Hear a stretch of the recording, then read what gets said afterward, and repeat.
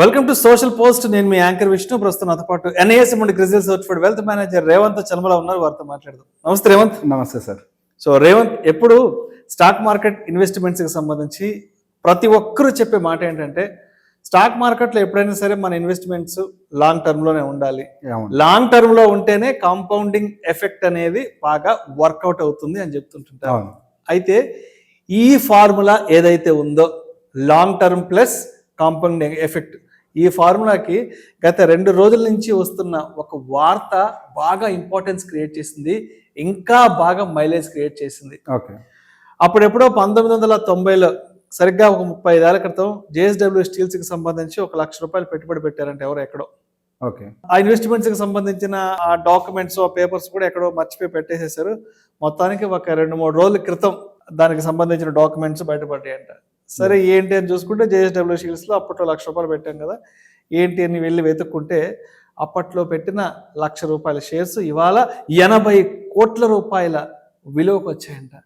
So నిజంగా 35 ఏళ్ల వ్యవధిలో ఎంత సంపద సృష్టి జరిగింది అనేది ఈ యొక్క న్యూస్ ద్వారా ప్రతి ఒక్కరికి కూడా తేట తెల్లమైంది.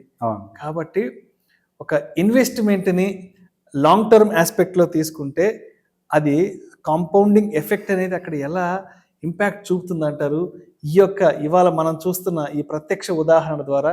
అండ్ ఇప్పుడు ఈ JSW స్టీల్స్ విషయంలో అసలు ఏం జరిగింది, ఆ స్టోరీ అంటే ఒకసారి చెప్పగలరు?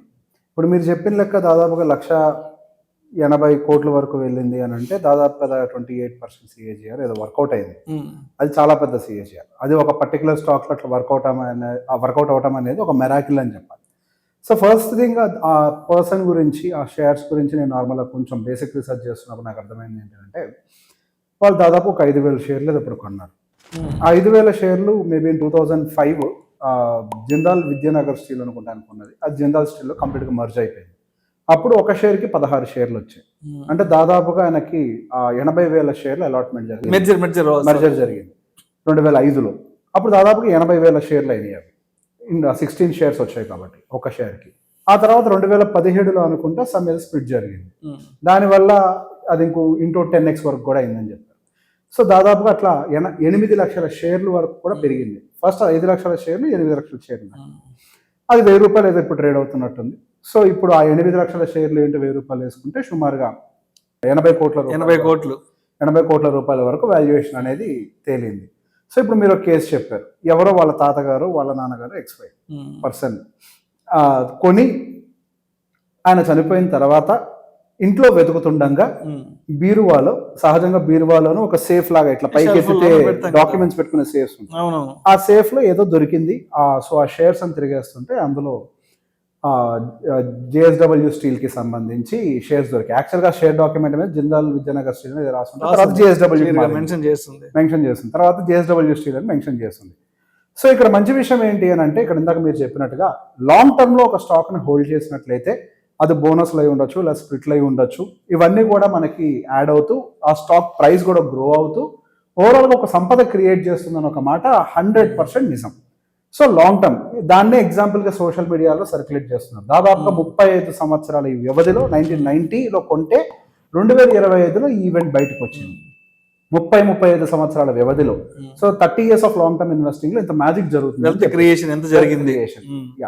సో ఇందులో నుంచి ఫస్ట్ మనం కొన్ని విషయాలు అర్థం చేసుకోవాలి. గతంలో మనం ఎటువంటి స్టోరీస్ ఎన్ని విన్నా కానీ, అయితే అటువంటి డాక్యుమెంట్స్ బయటపడ్డప్పుడు అది కొన్న వ్యక్తి చనిపోయి ఉంటాడు, ఎగ్జాక్ట్లీ, లేదా మర్చిపోయి ఉంటారు. ఈ 2 కేసెస్ లో మాత్రమే ఇంత హ్యూజ్ వెల్త్ క్రియేట్ చేసిన స్టోరీస్ బయటకు వచ్చాయి. కానీ ఒక వ్యక్తి బతుకుండగా మాత్రం అంత వెల్త్ క్రియేట్ చేసినట్టుగా మాత్రం చరిత్రలో ఇప్పటిదాకా లేదు. సేమ్ స్టోరీ 2016-17లో కూడా MRF కి సంబంధించి కూడా మనం స్టోరీస్ వచ్చాయి. సో అయితే మనిషి పోవాలి. సో ఇక్కడ దీని నుంచి మనకు అర్థం అవుతుంది ఏంటి, ఇప్పుడు అయితే ఆ మనిషి పోతే ఆ షేర్లు బతుకుంటాయి, లేదా మనిషి బతుకుంటే ఆ షేర్లను చంపేస్తాడు అని అమ్మేస్తాడు, దాన్ని ఎదగనివ్వడు. సో ఇక్కడ నుంచి మళ్ళీ ఇంకో టేక్ అవే కూడా చూడాలి. అట్లా అని చెప్పేసి మనం కొన్న ప్రతి స్టాక్ అలా అవుతుందా అని అంటే, ఆయన ఎన్నో కొన్నాడు, ఆ ఫైల్లో ఎన్నో స్టాక్స్ ఉన్నాయి, అందులో ఈ స్టాక్. యాక్చువల్ గా ఇమేజ్ గమనిస్తే పక్క పేజ్ లో కార్వి కన్సల్టేషన్ అది అన్లిస్టెడ్, అది అసలు ఇప్పుడు లిస్ట్ కాలేదు. అది అసలు ఇప్పుడు లిక్విడేట్ అవుతుందంటే కూడా గ్యారంటీ లేదు. సో బేసిక్ గా there are so many stocks which have performed well, there are so many stocks which have underperform. So అంటే అసలు లేదు, అవి లేవు, అన్లిస్ట్ కూడా అయిపోయినాయి. ఒక లిస్టెడ్ కంపెనీ అయితే కొన్ని ఉన్నా కానీ అది అన్లిస్ట్ అయిన సందర్భాలు కూడా ఎన్నో ఉన్నాయి. సో బేసిక్ గా సమ్ టైమ్స్ మనకి ఇటువంటి కేస్ స్టడీస్ అన్ని కూడా ఏం నేర్పిస్తాయంటే లాంగ్ టర్మ్ లో వెల్త్ క్రియేషన్ అనేది పాసిబుల్ అని నేర్పిస్తుంది. ఇన్ ద సేమ్ వే మనం నిజంగా అదే షేర్ కొంటామా? ఇప్పుడు ఆయన అది కొన్నాడు కాబట్టి న్యూస్ లో ఉన్నారు. ఆయన అది కాకుండా ఒక అన్లిస్ట్ అయిన షేరు లేకపోతే కంప్లీట్ గా ఫేడ్ అవుట్ అయిపోయిన ఒక కంపెనీ షేర్ కొనుండుంటే అది ఈరోజు చరిత్రలో మనం మాట్లాడుకోవడానికి అవకాశం ఉండుండేది కాదు. కొన్న రోజు మనకి తెలియదు ఆ కంపెనీ ఇంత ఎదుగుతుంది అని చెప్పి, ఎవరికీ తెలియదు, ఆ కంపెనీ ప్రమోటర్ కు కూడా తెలియదు. అది లక్ అంతే, అంతే, అది ప్యూర్ లక్ అది అంతే. అందుకే మనము ఎక్కడో సంవత్సరానికి ఒక్క స్టోరీ కూడా ఇట్లాంటి వినం, ఎక్కడో ఒక్కరికి జరుగుతూ ఉంటది. కాబట్టి దాన్ని మనం డైరెక్ట్ గా బండ గుర్తు కింద తీసుకోకూడదు.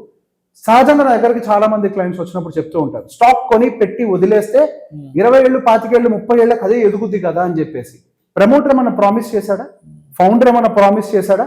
మీరు మా దాంట్లో పెట్టుబడి పెడితే కించపరచట్లేదు, ఎవరిని డిసప్పాయింట్ చేయట్లేదు. ఫ్యాక్ట్ మాట్లాడుకుందాం. ఎన్ని షేర్లు బయటికి వెళ్ళిపోయిన లెక్క వేయండి. మనకి సెన్సెక్స్ లో 30 స్టాక్స్ లో ఎన్ని స్టాక్స్ బయటికి వెళ్ళిపోయి కొత్త స్టాక్స్ లోపలికి వచ్చాయి?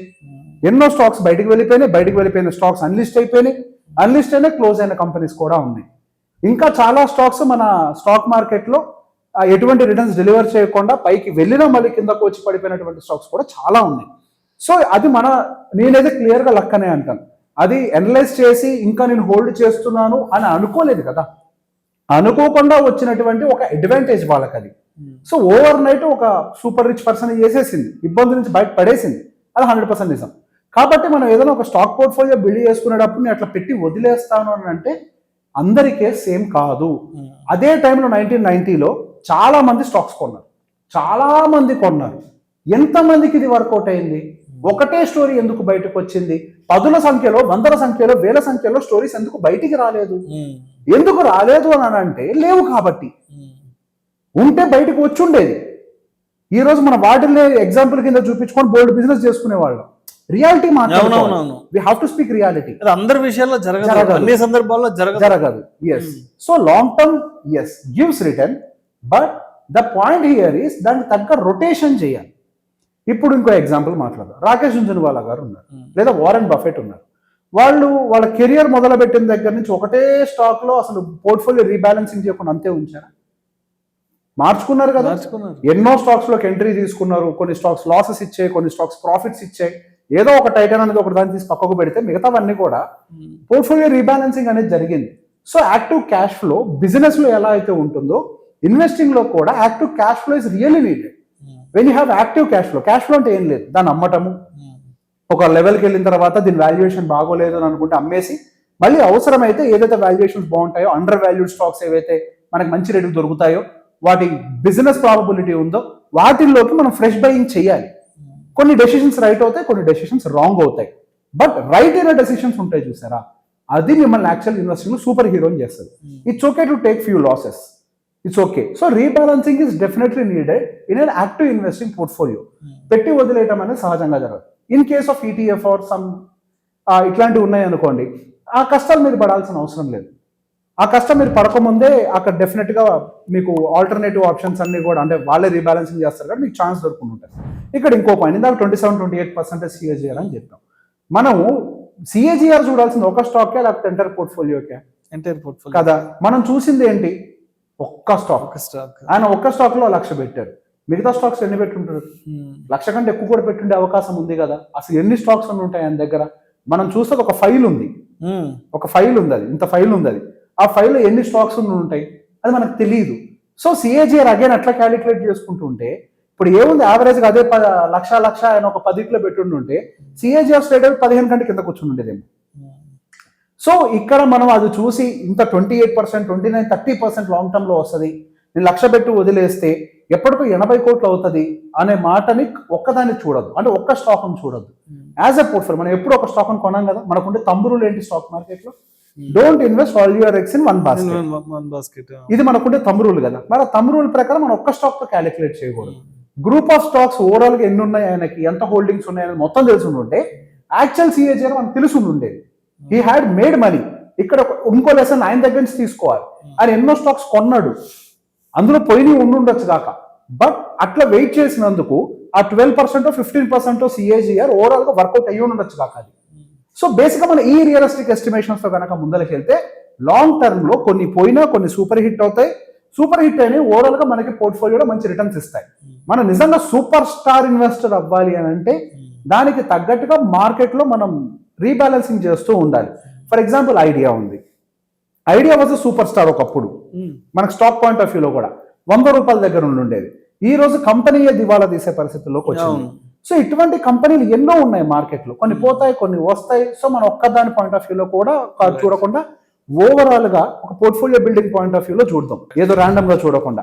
అలానే నీకు రీసెంట్ గా నేను మన వాళ్ళతో కొంతమందితో మాట్లాడుతున్నప్పుడు మా ఫ్రెండ్ వాళ్ళ ఫాదర్ 3 కోట్లు పోగొట్టారని చెప్పేసి అన్నారు.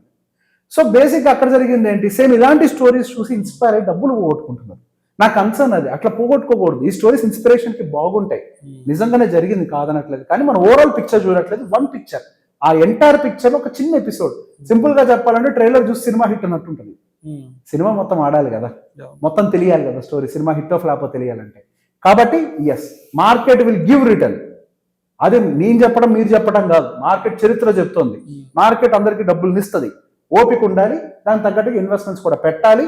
సో చూసుకొని మీకు ఒకవేళ స్టాక్ రీసెర్చ్ చేసే పరిస్థితులు మీకు లేదు, అవైలబిలిటీ లేదు మీకు అంత రీసెర్చ్ టూల్స్ అని అనుకుంటే go with ETF or mutual funds. They are a good option for you. Right.